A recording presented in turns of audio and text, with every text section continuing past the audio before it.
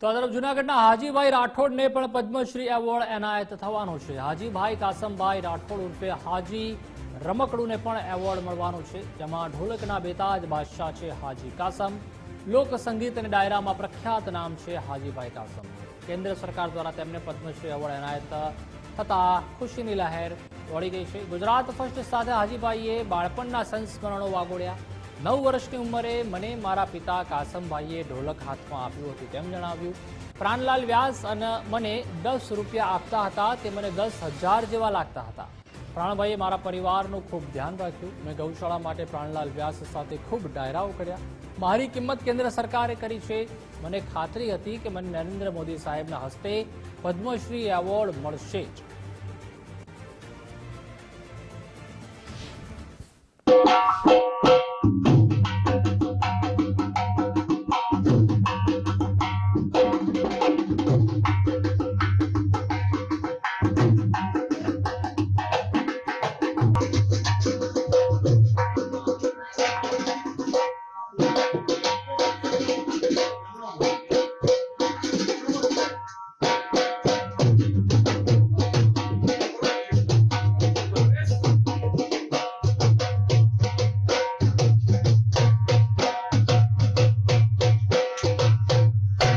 આજે પદ્મશ્રી એવોર્ડ માટેની મને ખાતરી હતી કે મને પદ્મશ્રી એવોર્ડ મને મળશે અને પદ્મશ્રી એવોર્ડ મને નરેન્દ્રભાઈ મોદીના હાથથી જ મને મળશે।